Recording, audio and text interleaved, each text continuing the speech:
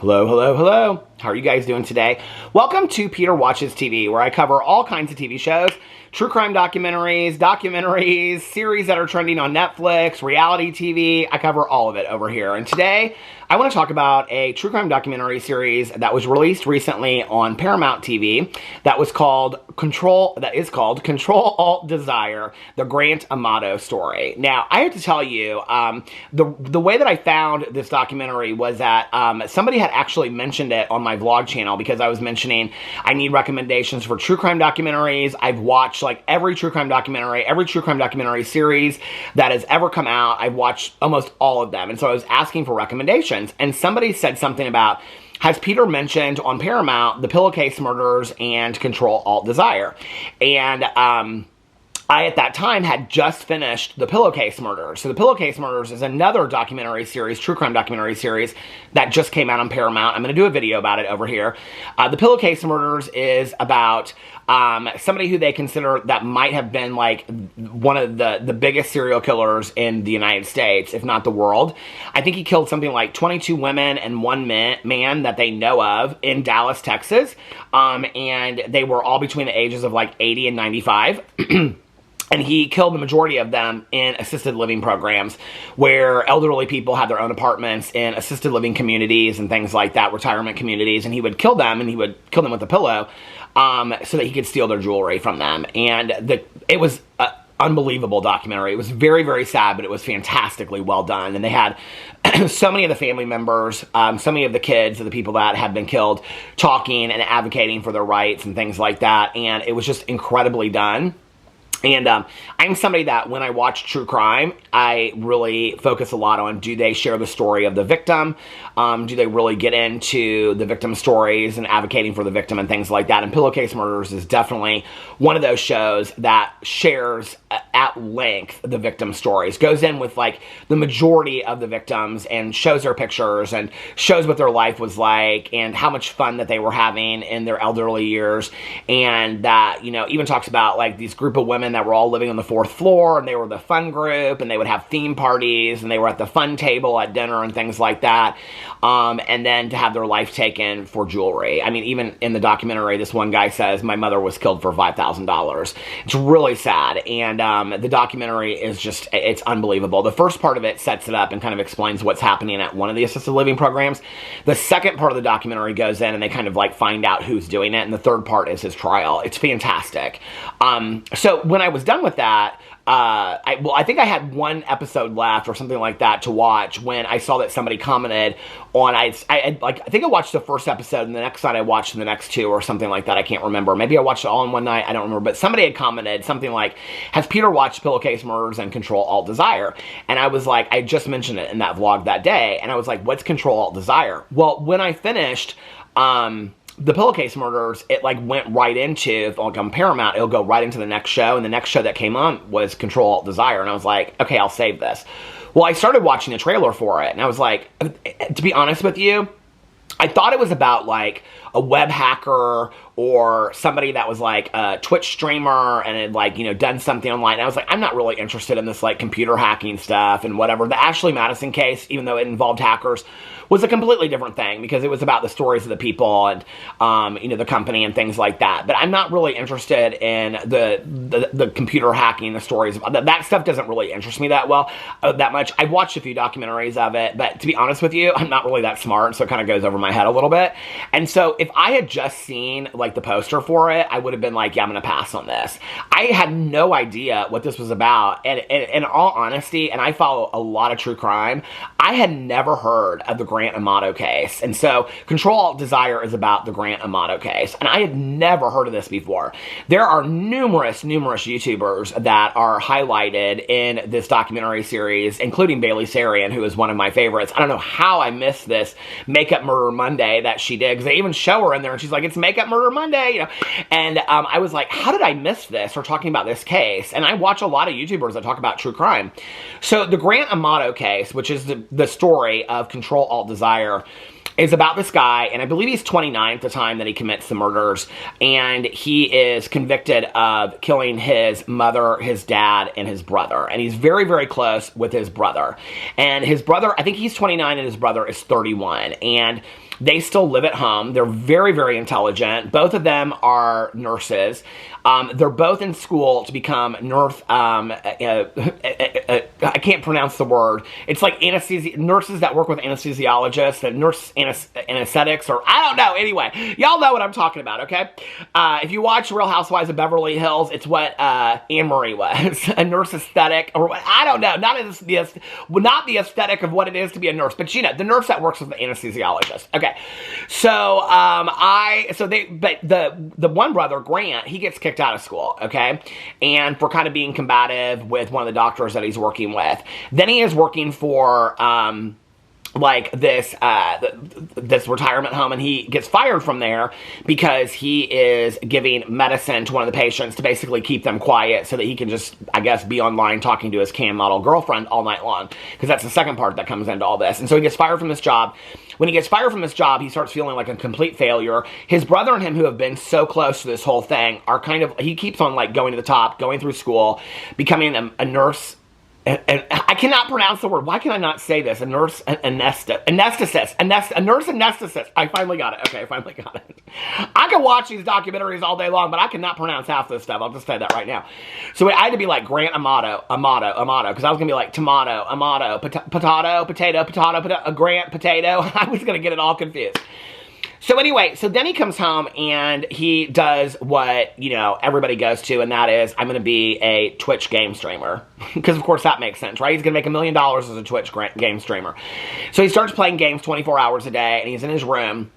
And so, and then he like, goes into these, at the top of this. It's so interesting to me, like, you know, I just did a video on my drama channel yesterday talking about, I kind of took the Ashley Madison coverage that I did over here, and I went in deeper and talked about Sam and Nia, the, the Christian family vlogging channel that he cheated on his wife, and they were highlighted in the Ashley Madison documentary. And I talked about that, about how, like, the one line that stood out to me the most was when he was like, like, I feel like we only ever get, like, you know, not even half truths. I feel like we get, like, eighths of a truth, right? And so he says in there something to the effect of, like, I was looking at Yahoo News, and I saw the banner slogan for Ashley Madison that said, "Life is short, have an affair." And I thought to myself, God, they're right. Like, life is short, and if they're right about that first part, then maybe they're right about the second part, you know? So, like, it's always interesting to me when people share stuff like that. Well, when, in this documentary, Grant Amato, who he talks to the director the whole time when he's in prison, with, like, either on the phone, like, in his phone calls, like, collect phone calls to this guy that's the director, or he has, like, bought phones while he's in prison, because, you know, you can buy, like, illegal phones while you're there that you're not supposed to have. And so he's, like, in his cell, he's, like, FaceTiming him, showing the cell and things like that, which I think is interesting, because it's like, do you not think you're going to get in trouble for this later when the documentary series comes out? That the Department of Corrections isn't going to see this, and then you're going to be in trouble for having illegal phones. I mean, I used to work with the Department of Corrections. Okay, they don't take that stuff lightly. So, you know, I thought that was interesting, that the lack of remorse, his arrogance, I mean, it's just on a level that is unbelievable to me, right? So he's doing this documentary series, so the whole thing is, like, told through phone calls in his story, right? And he's sharing at this one point that while he was on the computer, Twitch streaming and things like that, which he failed miserably at, they said in there something like he'd have, like, 2 people on a Twitch stream, and he was, like, doing it for, like, 12 hours a day. At the top of it was a banner for free cam models, and so he thought, well, I should just click on this. I mean, does stuff not come up for you all the time when you're Google searching stuff? If you hit all the stuff that comes up for you, I mean, these people are, like, and these are tech-savvy people, right? That, you know, like, the one rule is don't hit a link that you don't know where it goes to, right? But he goes to this free camming model site, and he goes into the site of this woman whose name is, I guess, Sylvie or something like that. And he goes in there and he starts sending her a lot of money and tipping her over the period of his relationship with this cam model that I think she lives in Bulgaria. And over the course of their relationship, that's like a year or two, he sends her $200,000. $200,000 he sends her. Not of his own money, but of his family's money, of his brother's money, and of his parents' money, and things like that, right? Okay. So then at one point, they put him in a treatment facility for cyber addiction because his dad, and then he pulls himself AMA, which is against medical advice. He pulls himself out of there after being there several days. We then find out later that his mom came there and gave him a phone. He's there for cyber addiction, okay? This shit kills me, right? He's there for cyber addiction. His mom comes. She feels so bad for him that she sneaks him in a phone.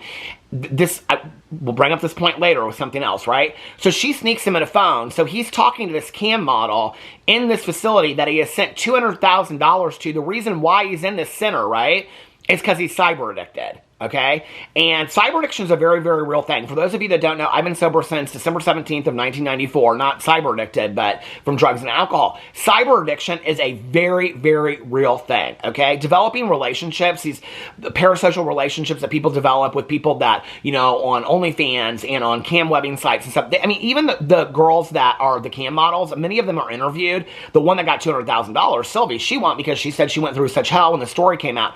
Which is interesting to me because they interview her on the phone. This one woman does, and she doesn't want to come forward and share anything because she's like, I've gone through so much therapy and I've dealt with all this kind of stuff because of when the story broke. Now, at first, when I watched it, I was like, oh, I feel really bad for her, right? Like, she must have a lot of guilt, and that's why she went to therapy because, like, this really hit her heavy. But when you hear it and you listen to it, what she says, and it's not because of a language barrier, okay, because they translate it, what she says is, when the story came out, like, it really affected me hard. Well, when the story came out, she's still writing him. She's still having contact with him. So she doesn't feel bad about it, right? When the story comes out. And the other thing is that what's interesting to me is that her name is never exposed. They never find the actual Sylvie, who she is. They never show her. She never comes forward. She never shares her story. I don't know if since the documentary is filmed, if she has. But I'm not really sure why the exposure of the story affected her unless she had guilt and remorse of her relationship with this guy, but she doesn't say that. That's not what she says. The whole thing is so bizarre, but I will say this. She gets blamed a lot for what he does, what Grant Amato does by killing his family, and I don't think she has any part in this whatsoever, okay? I think she's an innocent, participant. I think she's not even a participant. She's an innocent part of this whole story. I mean, she's literally a cam model that he's sending money to and she developed a relationship with because she was friendly with him and things like that. There's nothing about in the documentary that says she encouraged him to do these things, that she was aware of these things. She is just an innocent member of all this, but the whole thing has been blown up into this whole thing that it all was because of her. When he even later comes out and says it wasn't really because of him, it was because his dad was so domineering. So he pulls himself out of treatment. Now, for those of, like I said, that don't know, I've been sober for 29 years, okay? The last time I went to treatment was my 5th treatment. So I've known going to treatment and coming out and not doing the right thing. I've known hundreds of people that have gone to treatment, pulled themselves out against medical advice, right? I've known a lot of people like that. And when you are lucky enough to come home at 29 years old because you have a family that's still paying all your bills and you're just living rent-free under their house because they weren't paying any bills, he or his brother. I think that, so he shares a story that he and his dad and his mom went out to dinner, and his mom, who like rescued horses and things like that and took care of horses, she just sat there while his dad like had this list of all these rules and what they were going to be, right? And I'm like, okay, for the normal person out there watching this might seem strange that a parent would say, these are the rules that you're going to follow if you're going to come back and live at our home, or you're going to leave, right? But for an addict in recovery, those are called behavior contracts, and I have signed my fair share of them. In fact, I've shared a lot that the last time that I went to treatment, I said to my dad, I said, he had this whole contract of like, you need to go to aftercare, you need to, I can have contact with your sponsor, you need to go to therapy, blah, blah, blah. And I said, where do I sign this? My dad said to me, you don't sign it. If you don't follow the rules, leave your apartment, leave everything, I'm done with you. I don't want anything to do with you anymore, okay? I'm giving you this is me giving you a gift. This is me giving you an opportunity. You don't want to follow it, I'm done with you, right?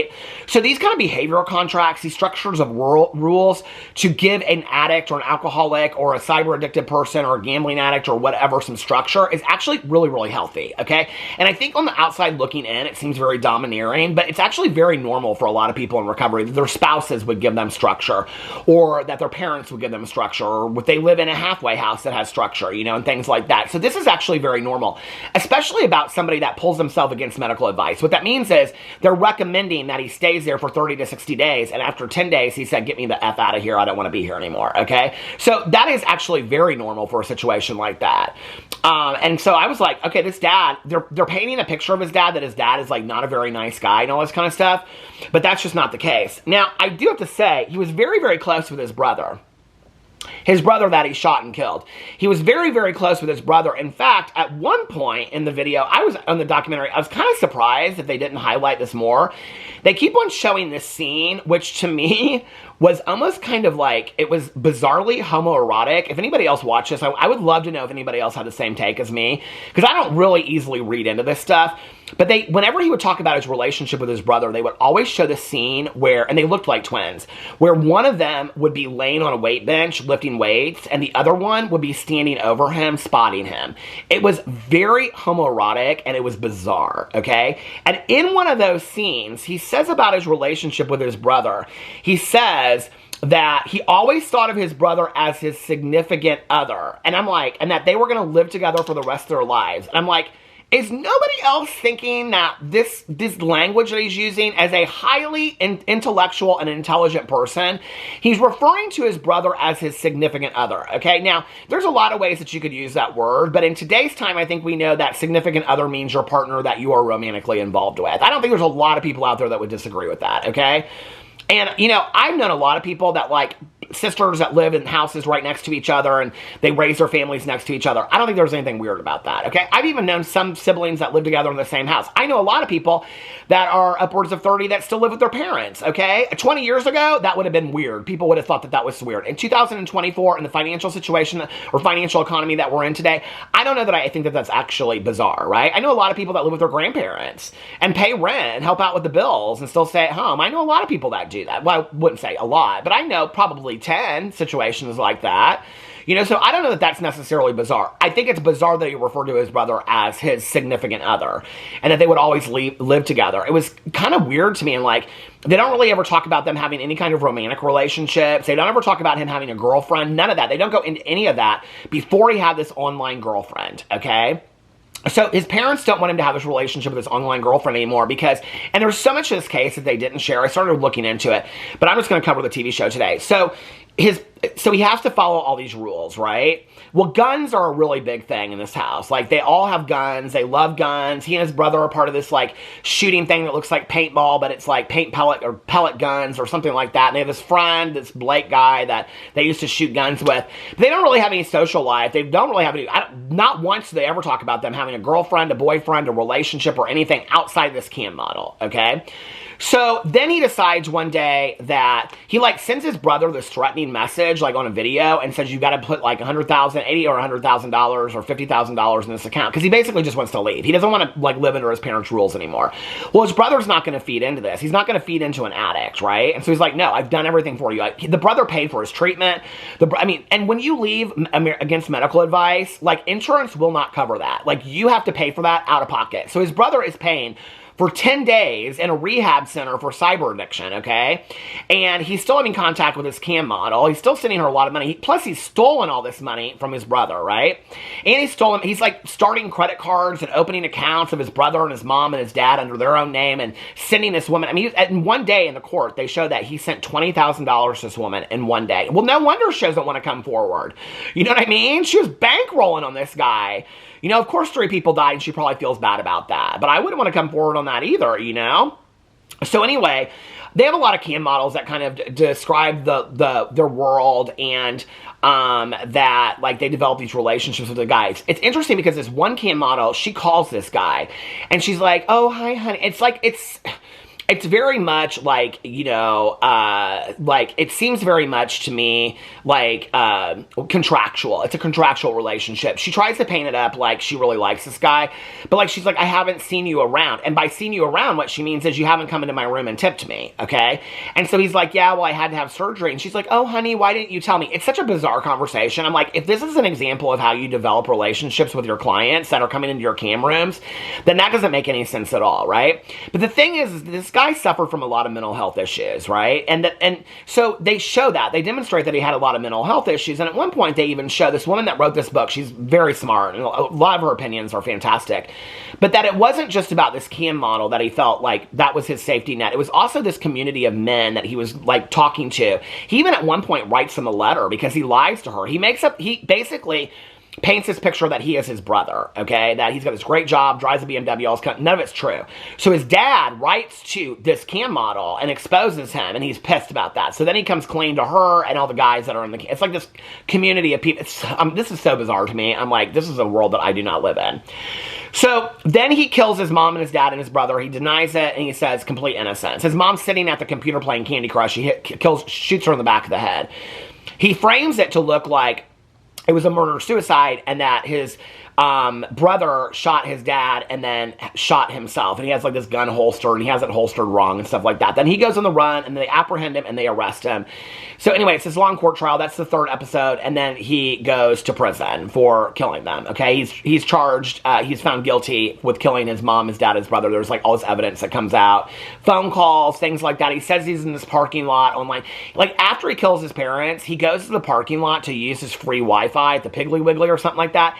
And then he's online with his brother's debit card hours after he's killed his brother, sending money to this cam model, okay? So I'm like, this is the craziest thing.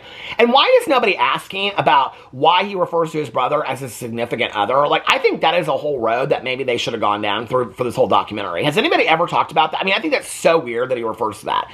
Then the end of it is a lot of these interviews where he's basically sitting like in his cell and he's talking to this guy. And he's like smiling the whole time. He's laughing. No remorse, okay? He sends these people on this wild goose chase because they're like, where's the gun? He says, well, he buried it by this tree in his friend Blake's backyard that night.